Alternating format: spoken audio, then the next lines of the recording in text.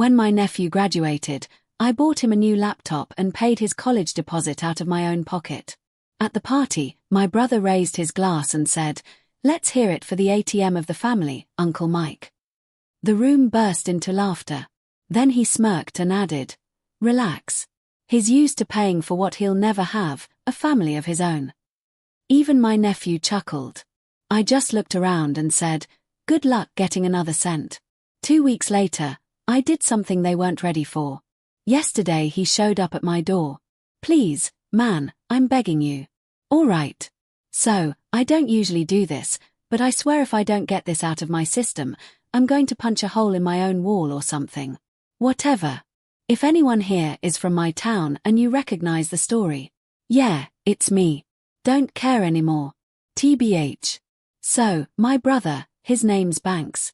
Yeah, that's his real name. Not a typo, has always been IDK, extra with the whole family man thing.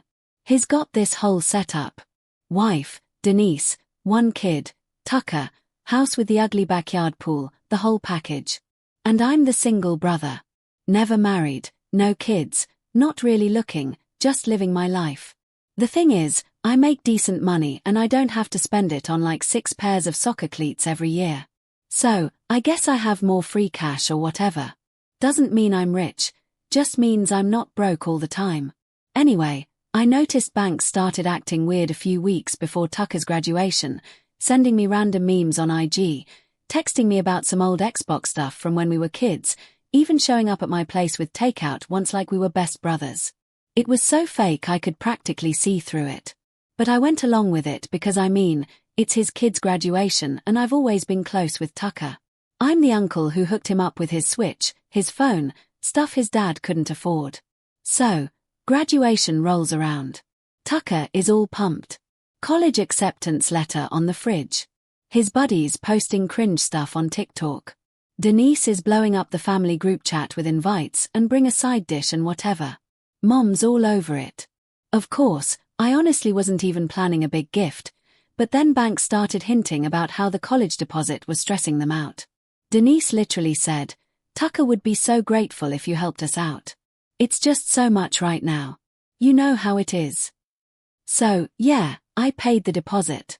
And because I'm a sucker, I also bought Tucker a new laptop. Nothing crazy, just something that would last him through college. Didn't even wrap it. Just handed it over and said, "Congrats." So, the party is at their place. Lots of Denise's side of the family. Banks's friends from high school. People I barely know. The backyard is packed. I get there, hand over the laptop. Tucker's pumped. Denise does this awkward side hug thing. Banks is already 3 beers in. I'm just trying to hang out by the grill, avoid the worst of the small talk, scroll my phone, whatever. Here's where it gets weird. Banks is being all loud, pulling me into convos with people I've never seen before. Making a big deal about how Mike's always there when you need him. My name's Caleb, but whatever. He does this thing where he calls me Mike sometimes as a joke. Says I look like a Mike. Keeps talking about how Tucker's so lucky to have an uncle who cares that much. But he's got this edge in his voice like it's a dig, not a compliment. I start to get that feeling in my gut like I'm the butt of an inside joke. So later, Denise drags everyone over for speeches. Banks stands up, glass in hand, and he starts doing this fake sentimental thing, talking about family, how not everyone gets the privilege of putting family first, blah blah.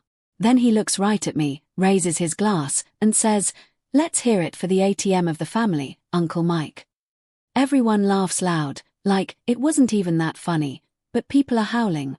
Tucker laughs. Denise laughs. Even my mom kind of smiles, which somehow makes it worse. And then Banks just keeps going.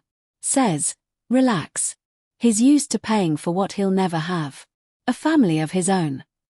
And I swear to God, the silence after that was so thick you could choke on it. But then Tucker starts snorting and the whole thing just blows up again. Like people are literally slapping their knees. I look at my mom and she just looks away. So I stand up. I don't even know what I'm going to say, but I can feel my ears are burning. I just say, "Good luck getting another cent from me." Not loud, not yelling, just flat. People go quiet. Denise does this nervous laugh. Banks kind of shrugs and acts like I'm being dramatic. Tucker looks away. I grab my keys. As I'm walking out, Banks tries to put a hand on my shoulder and I shove it off. He says, "Come on, man. Don't be like that. It's a joke. Take a joke for once." I tell him, "You're the only joke here." And I leave. I hear Denise slam the patio door as I'm walking to my car. I get home. Phone blowing up. Text from Mom asking if I'm okay, if I'm coming back. Tucker just says, "Sorry, man." With a laughing emoji, which honestly made it worse. Denise asking if I can at least Venmo them for the pizza because they overordered for me. And Banks paragraphs about how I'm too sensitive, how he's just trying to keep things light, how I owe it to family to help out. Here's the thing, this isn't new. Banks has always been jealous. When we were kids, I was the smart one and he was the popular one. But then after high school, he kind of stalled out. Every time I do something halfway decent, he finds a way to make it sound pathetic. I don't have kids, so I don't get what real stress is. I have a nice apartment, so I'm wasting money on myself. I don't show up to every family thing because what else am I doing with my time?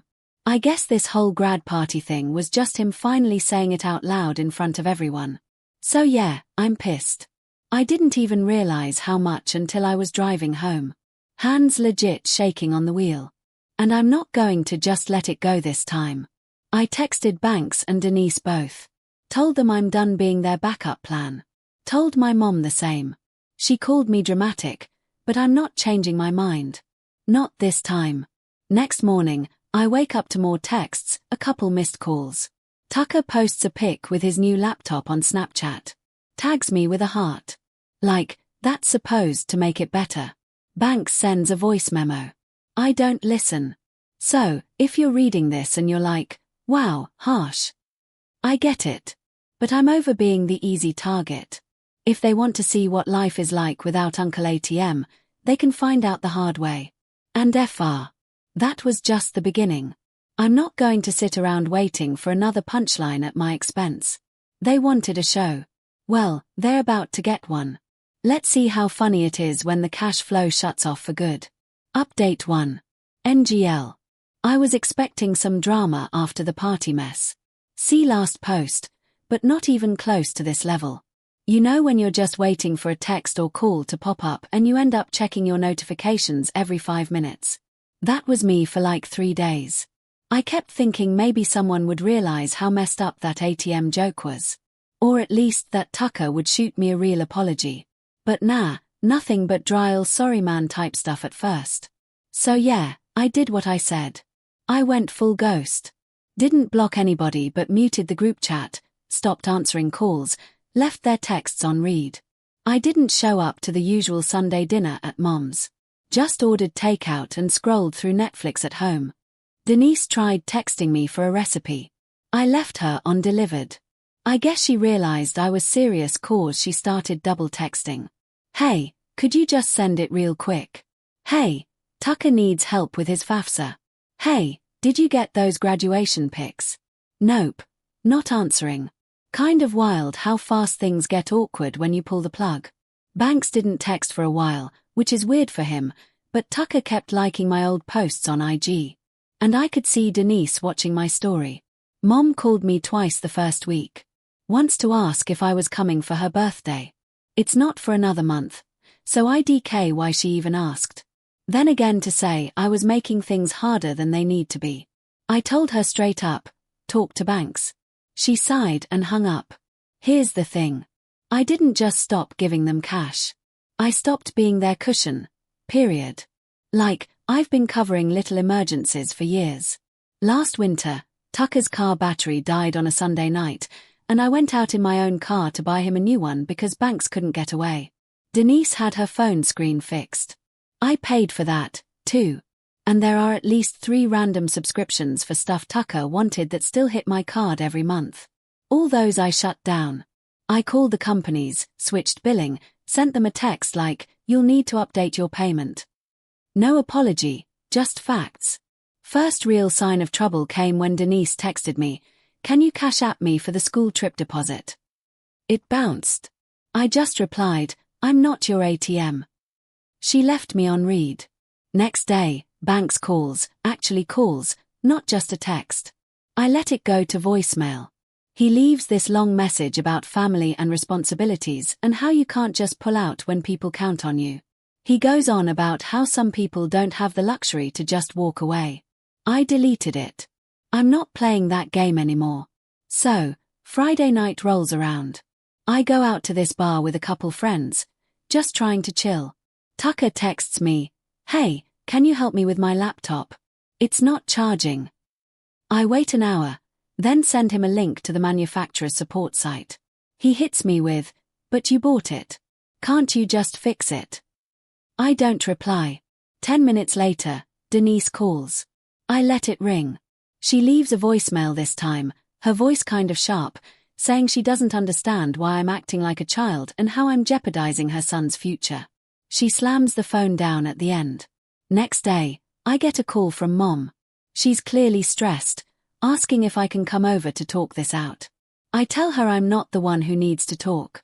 She tells me Banks is having a hard time at work. Things aren't stable and Tucker's freaking out about college. I ask her, why is this my problem? She sighs and says, you know how Banks is. She's not wrong. He's always been this way. Guy can't handle not being the center of attention. And he's been salty about me not having to struggle like him. He's always thought I had it easier. Like my life is just one big vacation because I don't have kids. But he was always the favorite growing up. He's never really grown out of that. So now the real stuff starts. I get an email from the college. Turns out because I paid the deposit from my account, there's paperwork that needs my signature for some of the financial aid. I don't sign it. I forward the email to Banks and Denise and tell them, you'll have to figure this out yourselves. Banks calls, leaves a voicemail that's basically just him cussing. I don't call back. Couple days later, Denise actually drives to my place. I see her car pull up. She gets out, knocks. I open the door. She doesn't even say hi, just starts in. She's pissed. Says I'm ruining Tucker's chance at a good start. Says Banks is stressed. Says I'm punishing a kid for something his dumb dad said. I tell her nobody forced Banks to run his mouth. Nobody forced Tucker to laugh. She gets red. She actually shoves me in the chest. Not hard, but enough to get my attention. I just stand there. She says, you think you're so much better than us, but you're just bitter. I tell her, maybe, but I'm not stupid. She storms off, slams her car door. The group chat starts popping off later that night. Tucker sends a wall of texts about how he didn't mean anything, and we just joke like that. And why are you making this a big deal? I ignore it. Banks comes in with, you're selfish. Always have been. I should have known you'd bail when things got tough. I send one message. I won't be spoken to like that again. Don't contact me unless you're ready to actually apologize. After that, radio silence. I see Denise posting on FB about family drama and some people just don't get it. Mutuals start DMing me asking what happened. I just say, ask Banks. Now my mom's caught in the middle. She keeps trying to get me to come for dinner.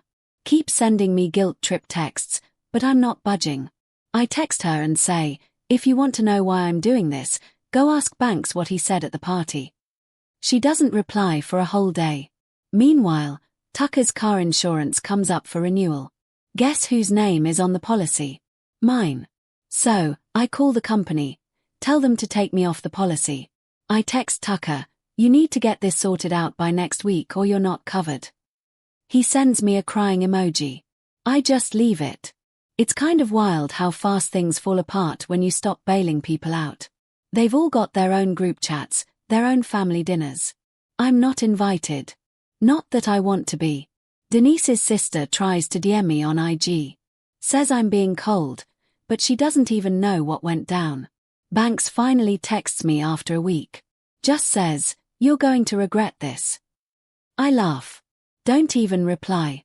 So yeah, I'm not their ATM anymore. Not their scapegoat. Not their emergency fund. If Tucker wants to go to college, Banks can figure it out. If Denise wants to keep the group chat alive, she can find someone else to pay for her phone bill. The best part, I don't even feel bad.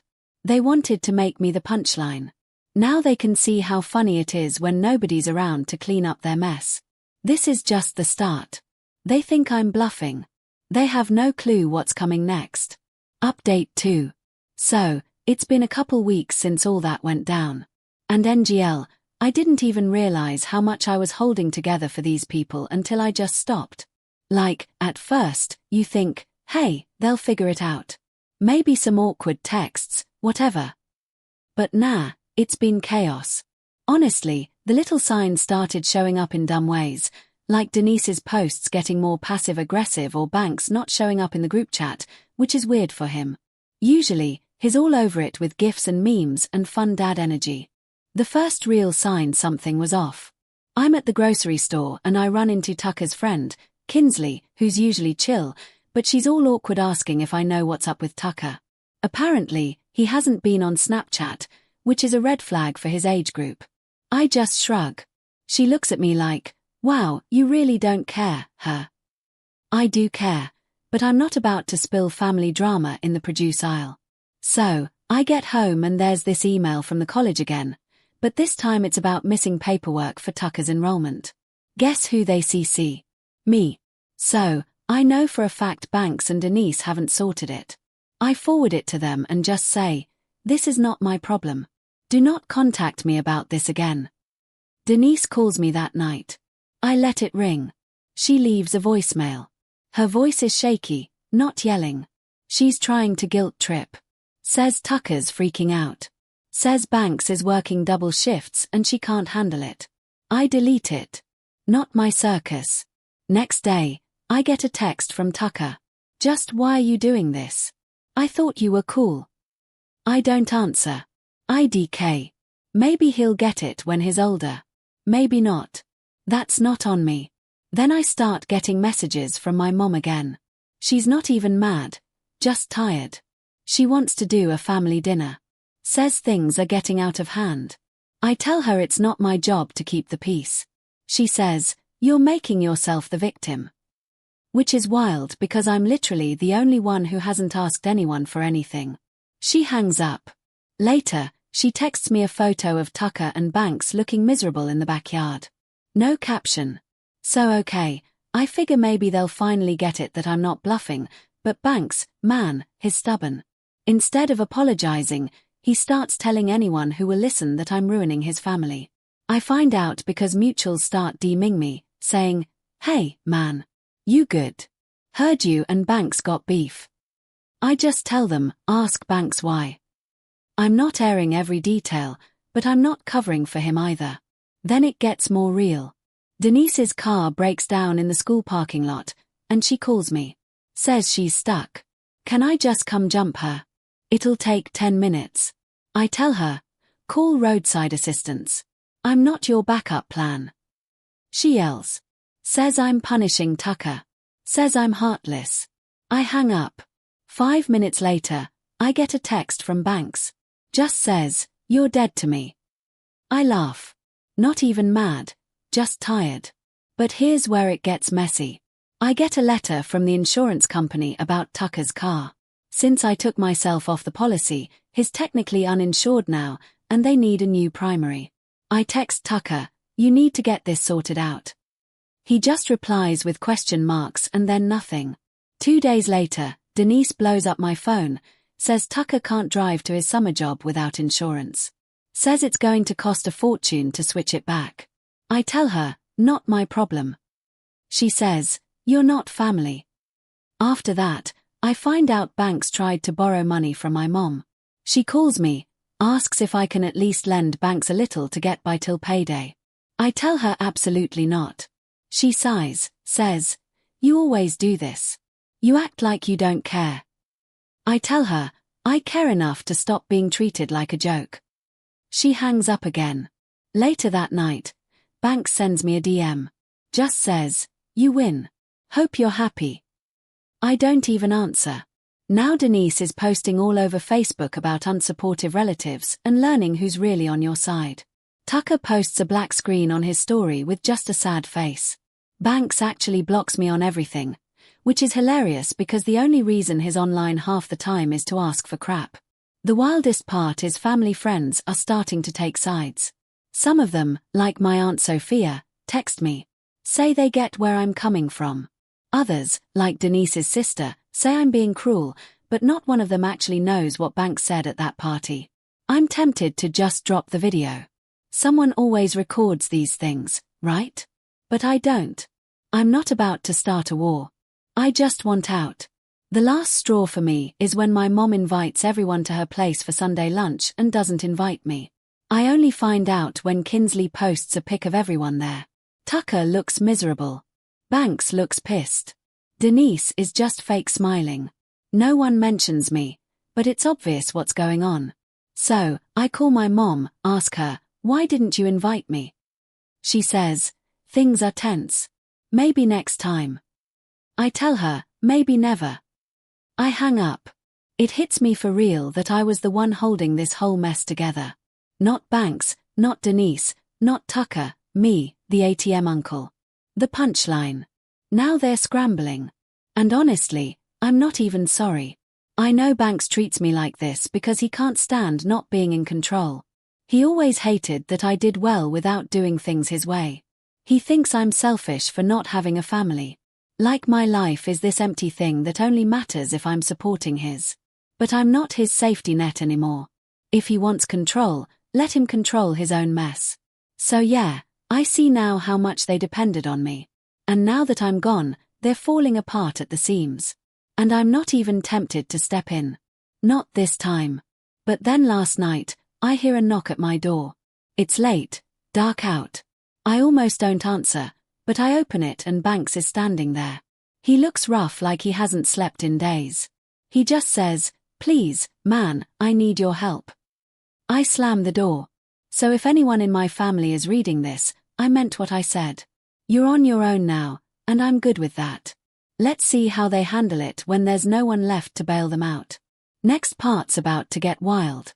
Final update. So, I know most of you probably saw the last post, and yeah, I meant it when I said I was done with the family ATM life. Like, I thought maybe a few more weeks of radio silence, a couple angry Facebook posts, and they'd get bored and just ice me out for good. But no, Banks actually showed up at my door last night. I genuinely didn't expect that. Not after all the tough guy texts and you're dead to me DMs and whatever else he'd been spamming my family with. It's weird when you see someone you've known your whole life standing on your porch and they look not like themselves. Like Banks is usually loud, red in the face, always making the room about him. But last night, he was just standing there. Hoodie up. Didn't even knock with his usual force. Just this limp wrist tap. I almost didn't answer. I figured if he was going to yell, I'd just let him yell through the door, but something about him being that quiet. IDK. I opened it. He just blurts out, please, man, I'm begging you. His voice cracks. I almost laughed, not because it was funny, but because I never thought I'd hear that from him. I tell him, you got about 5 minutes before I close this door. He starts talking fast, everything tumbling out. Tucker's college is about to fall apart. The financial aid office is calling non-stop.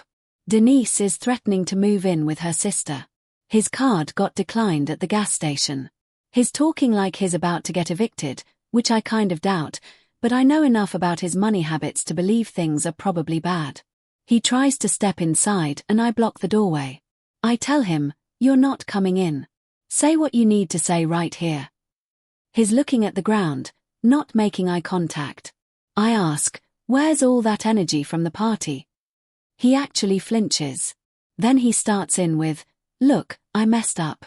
Okay, it was a joke. I didn't mean it. Everyone was drinking. You know how family is. Tucker's just a kid. He didn't mean anything by it. Denise is stressed. She's not herself either. We need your help. Just this one last time. I just shake my head. I tell him, nah, you don't get to humiliate me in front of everyone and then come crawling when things blow up. You knew exactly what you were doing. You wanted to show everyone you were the big man, the family guy, and I was the loser uncle with the spare cash. I tell him, "You wanted a family moment. Well, this is it. Welcome to how it feels when nobody's got your back." He tries to argue. Says, "It's not fair." Says, "I'm holding a grudge over a joke." I tell him, "The only thing that's not fair is you thinking I owe you anything. I spent years bailing you out. Tucker's car, Denise's phone, your random emergencies, and you never once said thanks. Just made me the punchline when it suited you. You can't even own up to it now. You're just blaming everyone else." He starts getting mad like he's about to raise his voice, but I step closer and tell him, "You yell here and I'll call the cops. Don't test me." He backs off, switches to begging again. He says, "I'll do anything. Just help Tucker. He doesn't deserve this." I tell him, "You should have thought about that before you made it clear I'm just a wallet to you." I say, "If you want Tucker to go to college, you figure it out. Sell your car, move in with your in-laws, I don't care. I'm done." He actually tries to push past me, so I shove him back out onto the porch. He stumbles, looks at me like he can't believe I just did that. I tell him, "You're not coming back here. You're not bringing this mess to my door anymore. You want to fix your family. You start with an actual apology, not this fake begging." He stands there for a second, then slaps his hand against the porch railing and just stares at the ground. Silence. I wait. He finally mutters, "I'm sorry." I tell him, "Not good enough. You want my help. You apologize to my face for what you said in front of everyone. You call Tucker and Denise and you tell them you screwed up, not me. And you deal with the fallout. Maybe then I'll pick up your call. But don't show up here again begging 'cause you're not getting 1 more cent from me." He just stands there, then turns and walks off, not even looking back. I don't watch him go. Just close the door and lock it. I text my mom. "Banks showed up. Don't send him over here again." She leaves me on read. I check my phone later and see Tucker posted a meme about family drama levels expert. And Denise is posting inspirational quotes about learning who's really there for you. Typical. So yeah, that's where it landed. No big dramatic showdown. Just a grown man begging on my porch and finally getting told no. Maybe he'll figure it out. Maybe not. But at least I know I'm not the one holding this mess together anymore. If you're reading this and you're thinking, "Wow, cold," just know some people only learn when you stop saving them. I'm not their ATM and I'm not their punching bag. I said what I said and I meant it. Not 1 more cent, not 1 more favor, not 1 more minute of my time. They made the rules. I just started playing by them. And honestly, it feels better than I expected. Thanks for reading. And remember, this is Once Loyal. If you enjoyed this story, hit that like button, subscribe for more, and I'll catch you in the next one.